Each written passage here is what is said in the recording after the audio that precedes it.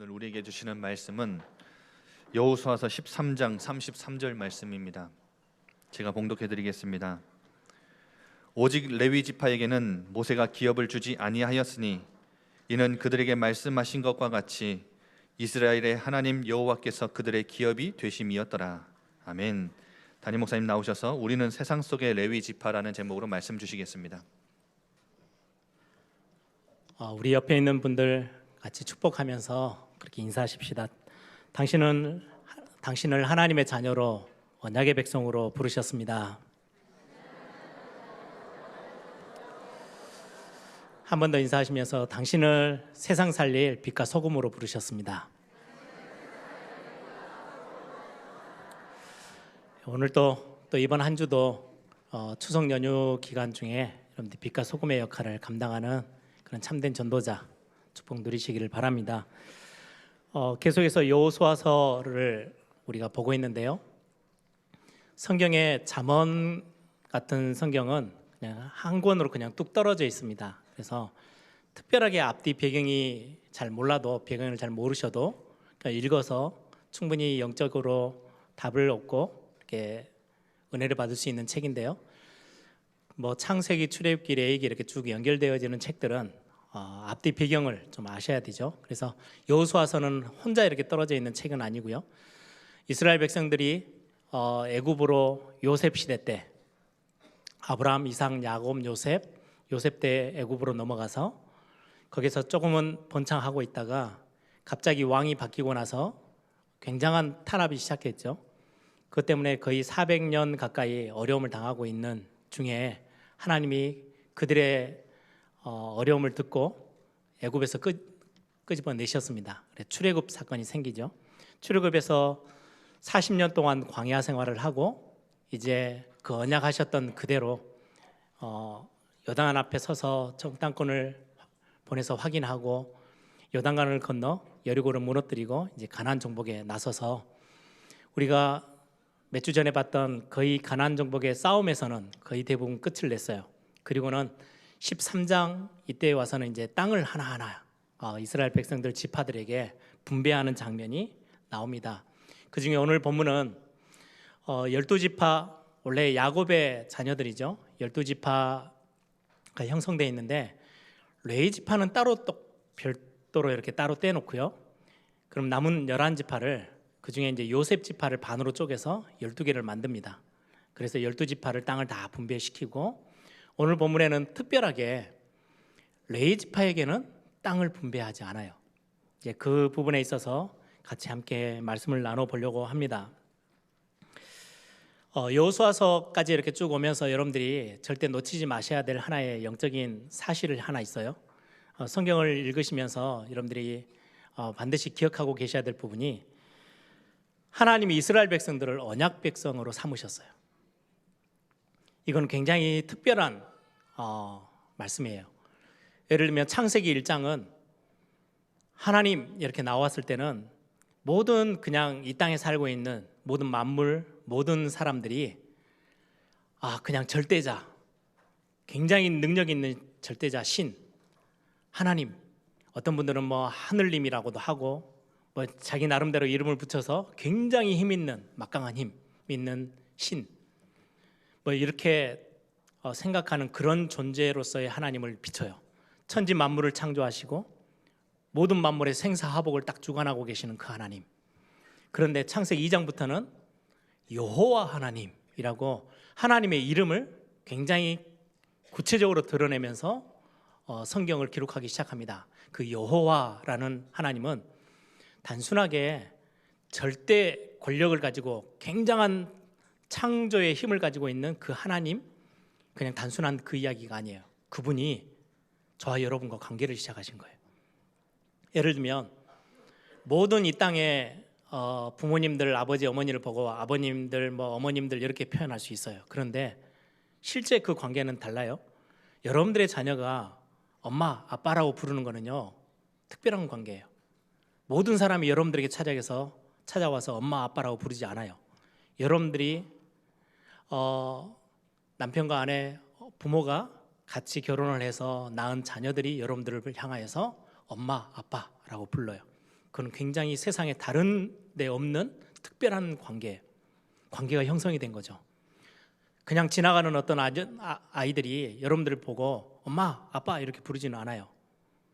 하나님을 여호와라고 부를 수 있는 것은 특별한 관계가 형성되기 시작해서 하나님이 이스라엘 백성들을 그 관계로 붙잡으셨어요. 그리고 그 관계를 새로 시작하셨어요. 그걸 보고 언약이라고 합니다. 하나님이 하나님의 백성들을 택하셔서 언약을 맺고 그 관계를 유지하기 시작해요. 하나님 이 선택은 하나님이 절대적인 선택 속에 있어요.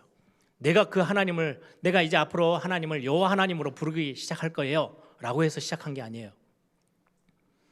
하나님이 찾아오셨어요. 아브라함을 찾아오셔서 언약을 맺으셨어요. 그 자녀 이삭과 야곱과 요셉 하나님이 언약을 맺으셨어요. 그리고 이스라엘 백성들과 내가 너와 언약을 맺어서 너를 언약의 백성으로, 나는 언약의 하나님으로, 너는 내 백성이 되고 나는 너의 하나님이 되고 내가 너와 함께 할 거야. 이게 언약의 굉장히 중요한 핵심이에요. 하나님이 여러분들을 찾아오셔서요, 우리의 선한 거, 우리의 무슨 대단한 삶의 모습들을 보지 아니하시고 아브라함 찾아오듯이 여러분들을 찾아오셔서 선택하셨어요. 그리고 여러분들을 언약 속으로 부르셨어요. 얼마나 큰 축복인지 몰라요. 근데 여호수아서까지 쭉 보시면서요, 뭘 놓치지 않아야 되냐니까, 이 언약의 백성들이 걸어가는 그 걸음을 언약의 여정이라고 하는데요, 이 언약의 여정은요 단 한 번도 실패가 없었어요. 실패함이 없어요. 왜요? 하나님이 언약 맺은 하나님의 백성들, 하나님의 언약의 자녀들을 단 한 번도 포기하거나 단 한 번도 놓치시거나 버려둔 적이 없으셨기 때문에. 여러분들이 성경을 쭉 읽으시면서요, 이스라엘 백성들은 언약 속에 하나님의 택함에 부르심을 받았던 민족이에요. 그런데 실수도 많고 사건 하나 생겨서 원망하고 불평하고 불신앙하고 도망가기도 하고 넘어지기도 하고 연약해서 흔들리기도 하고 다 했어요. 그럼에도 불구하고 하나님은 그 언약 백성에게 맺으신 언약을 한 번도 포기하신 적이 없으세요. 그래서 그 하나님을 보고요, 그 성품을 보고 성실하신 하나님이라고 해요. 신실하신 하나님. 왜요? 하나님이 여전히 저와 여러분을 사랑하시고 여러분들에게 언약을 한 번도 빠짐없이 성취하고 계시고 하나님의 계획을 이루어가고 계세요. 이스라엘 백성들이 흔들릴 때도 있었어요. 실수도 했어요. 하나님에게 묻지도 않고 막 자기 뜻대로 행할 때도 있었어요.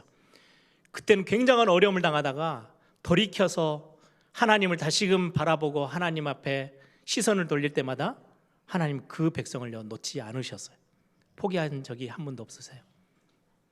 사건, 사고, 연약함, 문제, 실수 다 있었는데 그 속에서 하나님은요 정확하게 하나님의 뜻을 이루어 가시고 하나님의 언약하신 것을 포기하신 적이 없이 그 언약을 성취해 가시는 하나님. 이제 여러분들하고 관계가 시작되어졌는데 그 속에서 주셨던 많은 말씀들, 단어들을 여러분들을 기억하고 계셔야 돼요. 언약궤를 앞세워서 가라. 한 번도 가보지 못한 땅이기 때문에, 한 번도 가보지 않은 길이기 때문에 언약궤를 앞세워라. 하나님의 말씀 놓치지 말라는 거죠. 이 언약궤를 앞세워서 요단도 건너고 여리고도 무너뜨리고 중요한 가나안 정복의 중요한 축복들을 다 누렸죠. 또 하나의 단어 여러분들 기억나시죠? 여호와가 나의 군대 장관이세요. 저와 여러분의 군대 장관이세요. 이 세상에서 많은 영적인 싸움을 싸우고 여러분들이 삶에 굉장한 많은 것들을 겪어 나가야 되는데 내가 싸워 나갈 거야. 내가 군대 장관이 아니지. 너희가 주인이 돼서 너희들이 뭔가를 책임지고 막 움직이는 게 아니고 내가 너의 모든 것들을 책임지는 군대 장관이야. 하나님 그렇게 말씀하셨어요. 뿐만 아니라 언약의 여정을 걸어가는 언약 백성들 앞에 위기가 왔을 때는요 기적을 행하셨어요. 여러분들 기억하세요. 여러분들이 걸어가는 여러분들의 언약 백성이 분명하다. 여러분들 앞에 여리고와 성과 같이 뭔가가 딱 가로막아요. 요단강 같은 게 딱 가로막아요. 분명히 하나님이 가나안 정복을 약속하셨는데 홍해가 여러분들 앞에 딱 서 있습니까? 하나님은 홍해도 가르시고요, 요단도 강이 멈추게도 하시고요, 여리고도 무너뜨리셨어요. 특별한 사건 앞에서는요 우박을 내리시기도 하시고요, 태양을 멈추고 달을 멈추셨어요. 그게 하나님이 언약 백성들에게 행하시는 중요한 하나님의 방법이에요. 그래서 여러분들이 말씀을 보시면서는요, 이건 항상 여러분들이 딱 기본적으로 여러분들의 마음에 두고 계셔야 돼요. 지난주에는 그 말씀을 나눴죠. 그런 중에 저와 여러분이 신앙생활하며 언약의 여정을 걸어가는 중에 날 기수하는 축복을 놓치지 마세요. 아, 내가 지금 여기까지 와 있구나. 내 나이, 내 직분, 내 지금의 상황 속에서 여러분이 나를 기수하는, 그거는 굉장한 지혜예요. 뿐만 아니라 아직 정복할 땅이 많이 남아 있어요. 아, 나 이제 뭐 신앙생활 참 많이, 나는 복음도 받았고 은혜 누리고 내가 구원받았고 하나님의 자녀 됐으니까 거기서 멈춰 있지 말라는 거예요. 아직 정복할 땅이 참 많이 남아 있어요. 우리의 사명 감당하고 우리 에일교회가 감당해야 될 많은 사명들 아직 너무 많이 남아 있어요. 그러는 중에 그 땅들을 앞에 두고 이제 싸움은 끝이 났어요. 그리고 하나하나 이제 소유로 삼아야 돼요. 땅을 이제 아예 딱 깃발을 꽂고 정복해 가는 중에 땅을 이제 각 지파들에게 분배를 하는데, 오늘 본문의 13장 33절은요 특별하게 레위 지파에 대해서 언급합니다. 32절 보세요. 그 앞에 절, 요단 동쪽 여리고 맞은편 모압 평지에서 모세가, 아직 모세가 살아있을 때 요단 강을 건너기 전에 이스라엘 백성들 전체를 두고 땅 분배에 대한 이야기들을 다 했어요. 모세가 분배한 기업이 이러하여도, 많은 지파들에게 땅들을 다 분배했는데도 레위 지파에게는 땅을 기업으로 주지 않았대요. 굉장히 특별한 사건이죠. 특별한 상황이에요. 그러려면 우리는 레위 지파가 어떤 상황 속에서 이렇게 땅을 분배받지 않게 됐는지 우리는 좀 알아야 오늘 우리는 말씀들을 쉽게 저와 여러분의 것으로 삼을 수 있을 것입니다. 구약에서의 레위 지파의 시작은 야곱으로부터 시작합니다. 이스라엘 백성들의 12지파라고 했을 때는요, 야곱이 아들을 12를 낳아요. 거기서부터 12지파가 시작되어져요. 야곱 아시죠? 야곱이 굉장히 인본주의가 뛰어났고요. 어떻게 보면 세상적인 눈으로는요 굉장히 사업을 해도요 굉장히 눈이 밝고 돈 버는 데는요 굉장히 도 같은 사람이에요. 그럼에도 불구하고 실패는 찾아와요. 하나님의 방법이 아니면 하나님의 백성은 절대로 성공할 수가 없어요. 야곱은 하나님이 뱃속에서부터 딱 언약 백성으로 택하셨거든요. 내가 너를 성공시킬 거야. 하나님의 방법으로 하나님이 그를 책임지시겠다고 약속했는데 그 손을 뿌리치고요, 자기의 나름대로의 똑똑한 머리로, 굉장히 감각으로, 자기의 경험 가지고요 막 이리저리 살아가려고요 얼마나 몸부림쳤던 사람이 야곱이잖아요. 어느 날 그걸 다 내려놓고 약복강가에서 하나님 앞에요 항복합니다. 하나님, 마음껏 저를 사용해 주십시오. 내가 이제는 하나님만을 의지하겠습니다. 그제서야 눈을 들어 하나님을 바라봅니다. 그때 하나님이, 야, 이제는 네 이름을 더 이상 야곱이라 하지 않을 거야. 이스라엘이라 할 거야. 그때부터 이스라엘, 지금도 이스라엘 나라 국가명이 있죠. 이스라엘이 시작되어져요. 그리고는 그 민족을요 거대 민족으로 하나님이 바꾸시겠대요. 그래서 12아들들을 한 지파의 최고 시작점으로 딱 하나님이 삼으셨어요. 거기서부터 12지파가 세워져요. 그런데 여러분들 야곱이 결혼할 때 라헬을 되게 좋아했어요. 그 삼촌의 딸. 그런데 라헬보다 더 위에 있는 딸이, 첫째 딸이 있어서 그 삼촌이 장인어른이죠. 라헬을 주겠다고 거짓말하고는 첫 번째로 결혼시킨 게 레아예요. 레아하고 결혼을 했어요. 먼저 그 몇십 년 고생했잖아요. 라헬을 얻기 위해서. 첫 번째 결혼한 레아 속에서 태어난 셋째 아들이 레이예요. 레이가 레아와 야곱 사이에서 태어나서 셋째 아들로 있는데, 여러분들 아시죠? 창세기 34장에 이제 삼촌집에서 나와서 고향으로 돌아가는데 뭐 에서가 맞고 막 했던 그 사건들 다 넘어서서 이제 고향 땅에 딱 정착을 합니다. 정착을 하고 나서 얼마 되지도 않아서 사건이 하나 생겨요. 야곱의 딸 디나가 세겜 사람 족장 아들에게 성폭행을 당해요. 겁탈을 당해요. 그것 때문에 난리가 났어요. 그때 세겜의 사람들이, 일부러 그런 게 아니고 내가 너무 당신 딸을 너무 좋아해서 내가 그랬으니까 결혼을 시켜달라. 그래서 문제를 해결하자. 서로 싸우지 말자. 그때 야곱의 아들 둘, 시므온이라는 아들과 레이라는 아들이 둘이 이렇게 머리를 맞대고 작전을 짭니다. 그리고 아버지에게 허락을 받아요. 아버지, 결혼시키십시다. 대신에 조건을 겁시다. 우리는 하나님의 백성이기 때문에 할례 받지 못한 자하고는 결혼할 수 없어요. 그래서 그 세겜의 족장 그 결혼할 아들 말고 세겜 사람 전체가 다 할례를 받도록, 그 남자들이요 전부 다 생식기 끝을 다 자르는 할례를 다 행하게 만들었어요. 그래도 지금 아브라함과 그 민족이 되게 그 족속이요 커져 있기 때문에 세겜 사람들이 그걸 수긍하고 싹 다 할례를 행해요. 그 틈을 타서 시므온과 레이가 가가지고 싹 다 몰살시켜 버려요. 그 사건이 성경에 기록됩니다. 그래서 레이는 성격이 굉장히 포악하고요, 잔인하고 굉장히 악한 사람으로 표현되어 있어요. 레이의 시작은 그래요. 그 사건 이후로 쭉 시간이 지나가고 야곱이 이제 마지막 이제 죽을 날이 다가왔을 때 12아들들을 불러서 유언을 남깁니다. 거의 모든 아들들에게는요 축복을 다 해줘요. 그런데 특징이 시므온과 레이에게는 굉장한 저주를 퍼부어요. 똑같은 아들들인데 한번 성경을 한번 확인해 볼까요? 그래야 레이를 여러분들이 좀 이해를 하시겠죠? 창세기 49장 5절에서 7절에 보면 야곱이 마지막 유언을 남길 때 시므온과 레이를 향하여서는 굉장한 독설을 퍼붓습니다. 그게 5절부터 7절에 나옵니다. 제가 읽어드릴게요. 시므온과 레이는 형제요, 그들의 칼은 폭력의 도구로다.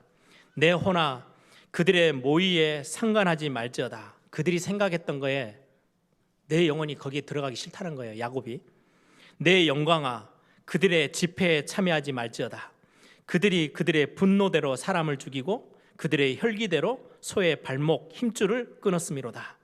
그 노여움이 혹독하니 저주를 받을 것이요 분기가 맹렬하니 저주를 받을 것이라.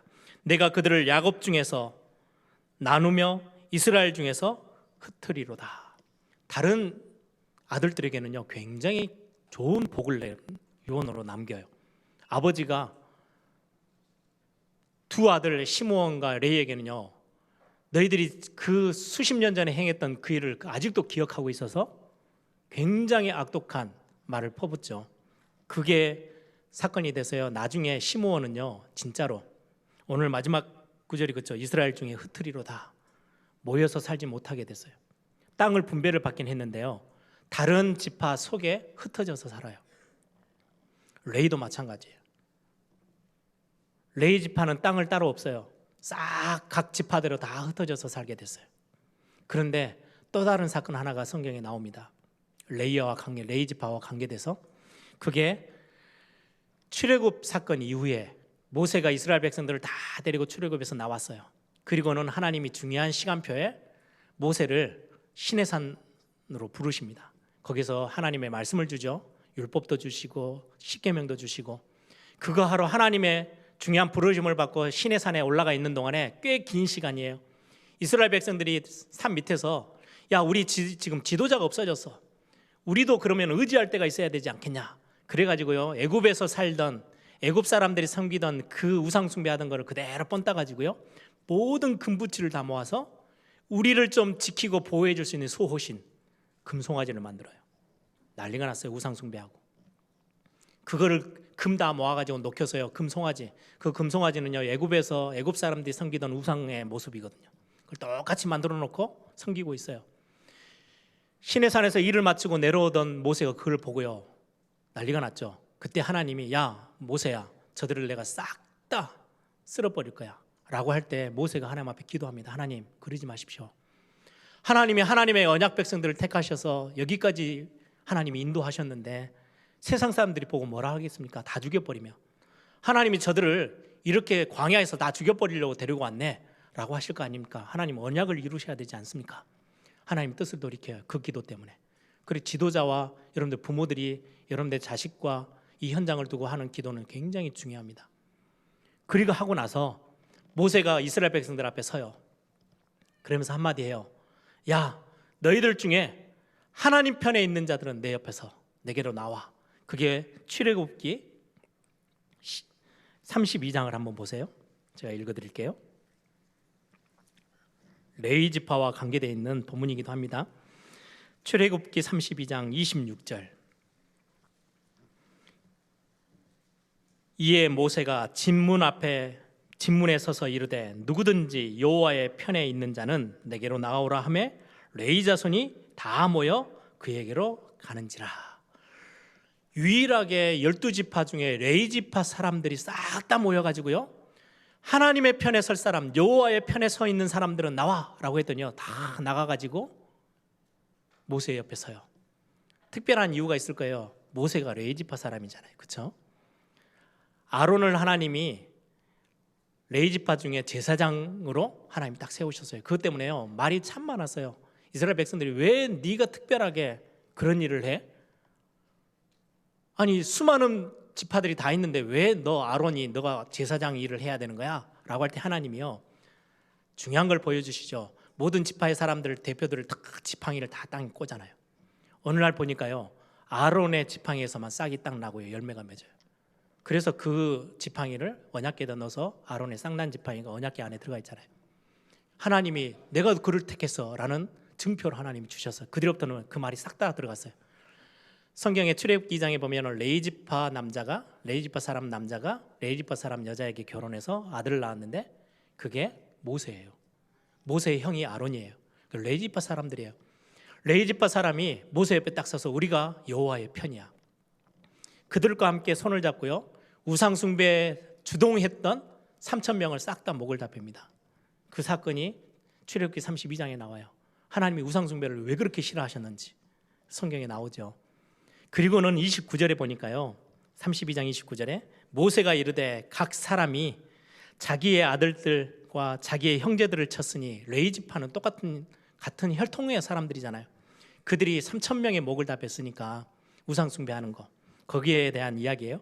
형제를 쳤으니 오늘 여호와께 헌신하게 되었느니라. 그가 오늘 너희에게 복을 내리시리라. 하나님이 이 우상 숭배에 제하는 일에 레위 지파가 완전히 앞장섰기 때문에 하나님이 너희들에게 복을 내리실 거야. 야곱의 때는요, 너무 포악하고 잔인해서 저주를 받았던 지파가요, 레위 지파예요. 그런데 하나님이 그걸요, 저주를요, 복으로 바꾸셨어요. 뭐가 생각납니까? 저는 제가 생각이 나고요, 우리 성도님들의 생각이 나요.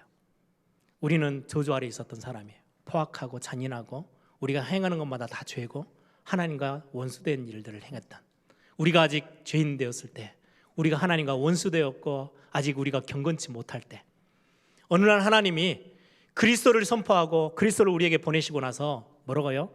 그리스도 옆에 설 사람들 누구냐? 우상 말고 하나님을 선택하고 하나님의 옆에, 하나님의 편에 설 사람들이 누구냐? 여러분들 그걸 선택하셨어요. 얼마나 감사한지요. 저주받아 마땅한 저와 여러분인데 똑같은 수준에 있어요. 그런데요, 저와 여러분은요, 믿음을 선택했어요. 주는 그리스도시요 살아계신 하나님의 아들이십니다. 그분이 나의 구세주시고 나의 구원자 되십니다. 여러분들이 그거 선택하고 그 자리에 섰어요. 그때 하나님은요, 저주를 복으로 바꾸세요. 이게 레위 지파가 받았던 큰 복입니다.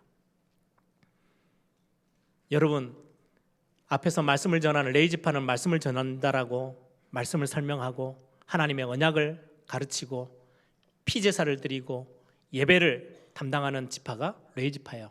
하나님 그들에게 그 일을 시키셨거든요. 그래서 많은 성도님들은 목회자, 목사, 레위 지파 사람이야. 충분히 맞아요. 구약의 의미에서는 충분히 그러합니다.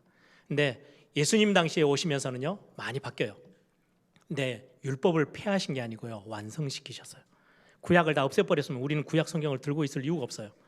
구약을 우리가 아직도 성경으로 믿고 붙잡고 있는 거는요, 그 말씀에 굉장한 영적 의미들이 있어요. 그러면서도요, 신약에 와서는 하나님이 완전히 그걸 성취하셨거든요. 여러분들 목회자들이 완벽해서 하나님의 말씀을 대언하고 있는 게 아니에요. 구약의 레위 지파를 보세요. 너무 어떻게 보면 다른 지파들보다 훨씬 더 부족하고요, 잔인하고 참 어려웠던 사람들이에요. 부족했던 사람들이에요. 근데 하나님 편에 설 때 하나님이 주신 복을 알고 그걸 전달하는 자로 하나님은 레위 지파를 쓰셨어요. 여러분들 목회자를 위해서, 저를 위해서 정말 기도 많이 해주셔야 돼요. 대단하게 똑똑한 걸 가지고 제가 뭔가의 대단한 완전한 삶을 가지고 성도들 앞에 서는 게 아니거든요. 말씀이 완벽하기 때문에 이 말씀에 그냥 신부름꾼으로 서 있는 거예요.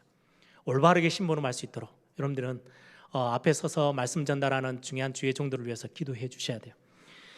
근데 오늘은 제가 그 말씀을 같이 나누려고 하는 게 아니고, 하나님이 중요한 십자가 사건 앞에, 십자가 옆에서는, 여러분들 그 십자가, 예수님이 십자가 죽으실 때 양쪽에 섰던 십자가 같이 맸던 강도들, 그 중에 우편 강도가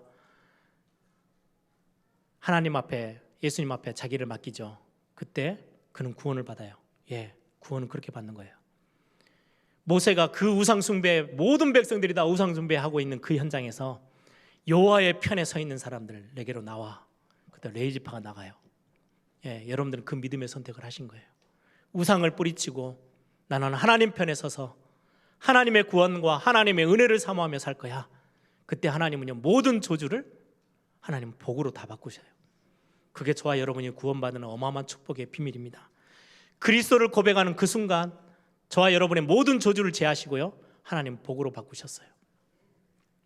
그래서 이스라엘 백성들 중에요, 레위지파는 여전히 땅을 기업으로 주지 않았는데요, 내용이 바뀌어요. 시므온은 그대로 이스라엘 가나안 정복에 있어서 땅을 주긴 하지만 흩어져서 땅을 받아요. 자기들끼리 모여 살지 못하게.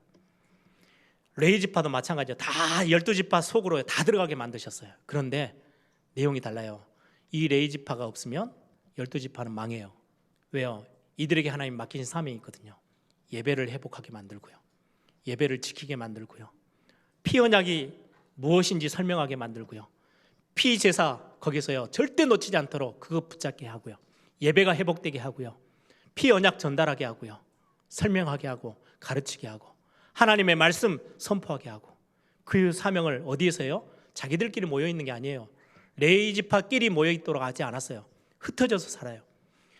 그래서 흩어져서 세상을 살리는 지파 사람들이 레위지파예요. 교회는 반드시 있어야 될 요소가 있어요. 모여서 예배하고 힘을 얻고 우리가 언약을 회복해요. 그리고는요, 현장으로 들어가는 거예요. 그래서 우리는 불교와 달라요. 산에 올라가서 살지 않아요. 세상 속에 있어요. 교회는 여러분들 직장을 다 가지고 있어요. 산업의 현장으로 들어가요. 우리 렘넌트들 학교로 들어가요. 왜요? 여러분들의 가정과 가문 속으로 다 들어가요. 하나님이 우리를 다 흩으셨어요. 땅을 기업으로 주지 않고요. 야곱이 말했던 그 저주가요, 이제는 복으로 바뀌어서요, 여러분들이 흩어져서 들어가지 않으면 세상은 망해요. 언약 전달해 줄 사람이 없다는 말이에요. 그래서 오늘 제목이 그거예요. 우리는 세상 속의 레위지파예요. 따로 모여서 우리 예배당에 모여가지고 우리 너무 좋네, 우리 구원받았네, 찬양하고 할렐루야 하고 우리는 이 삶에서 끝나지 않아요. 신앙생활은 이것만 있는 게 아니에요. 예배가 마치고 나면, 공예배가 마치고 나면 여러분 세상 속에 들어가서요, 영적 산 제사로 여러분들이요 거기에서 중요한 레위지파의 사명을 감당하는 사명이 우리에게 남아 있어요. 세상 속의 레위지파, 여러분들 출애굽기 19장 6절에 보면 이거는 단순히 목회자에게 설명하는, 적용되어지는 말씀이 아니에요. 출애굽기 19장 6절에 보면 그렇게 말씀합니다. 너희가 내게 대하여 제사장 나라가 되며 거룩한 백성이 되리라. 이게 이스라엘 백성들 전체에게, 이스라엘 백성들을 앞에서 보면 레위지파가 따로 있지만 모든 237개 나라, 지금으로 따지면 온 열방 앞에서는 이스라엘 백성을 뭘로 삼으셨다고요? 제사장의 나라가 되게 하겠다. 그게 신약으로 와서는 더 구체적으로 말씀합니다. 베드로전서 2장 9절에 뭐라고 말해요? 너희는 왕 같은 제사장이요. 이건 단순히 목사에게만 하는 이야기가 아니에요. 여러분들 지금 구원받은 하나님의 자녀들, 하나님의 언약의 백성들 전체 여러분들을 향하여서, 교회를 향하여서 하나님 뭐라고 말씀해요? 왕 같은 제사장이요, 빛을 선전하는 선지자야. 여러분들 안에 그리스도가 들어가는 순간, 그리스도가 여러분들 안에 함께 있는 순간 왕, 제사장, 선지자의 모든 사명이 여러분들에게 주어졌어요. 특히 레위지파 안에 제사장의 그룹이 있거든요. 따로 부르셨어요. 그리고 레위지파는요 온전히 기업이 없어요. 어디 가서 농사 짓고 살 수가 없어요.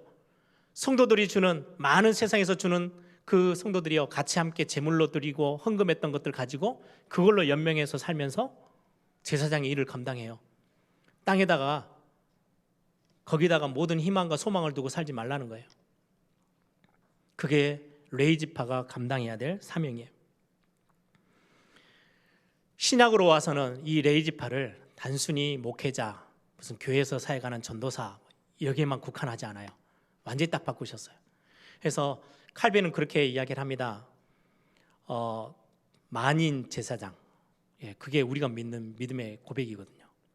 모든 사람이 제사장의 직분이 있어요. 그래서 우리는 천주교에서 하듯이 신부에게 가서 고해성사하지 않아요. 그건 구약의 생각이에요. 구약적인 그림에서는요, 제사장이 모든 죄를 사할 수 있는 심부름을 하거든요. 그래서 이스라엘 백성들이요, 짐승을 다 가지고 와서 제사장 앞에서 제사를 드려요. 그걸 심부름 해주는, 그게 지금까지도 하나도 안 변하고 구약의 생각을 그대로 갖고 있는 게요, 무슨 그런 고해성사하는 거, 왜 가서 제사장에게 하는 건 구약입니다. 신부에게 왜 해요? 아니요. 여러분들 직접 그리스도 이름으로 하나님 앞에요 구하고, 거기에서요 용서받고, 거기서 치유되어지고 회복되어지는 거예요. 만인 제사장, 여러분들을 하나님이 제사장 그룹으로 부르셨어요. 레위 지파로 부르셨다는 말이에요. 특별히 이 레위 지파에게는 하나님이 특별한 선물을 주셨대요. 그게 뭐냐니까 대가로 주신 게 아니에요. 야, 너희들이 이렇게 잘해서 내가 이렇게 줄 거야가 아니고, 아무 조건도 없이 하나님이 그들에게 예배를 섬기고 말씀을 전달하고 가르치는 일을 선물로 주셨어요. 그게 레위 지파에게 주신 선물이거든요. 성소와 단에서 번제를 드리고 피제사를 드리고 피언약을 성도들에게, 백성들에게 전달하고, 여러분, 이 사명을 감당 안 했던 시대마다 재앙이 찾아왔어요.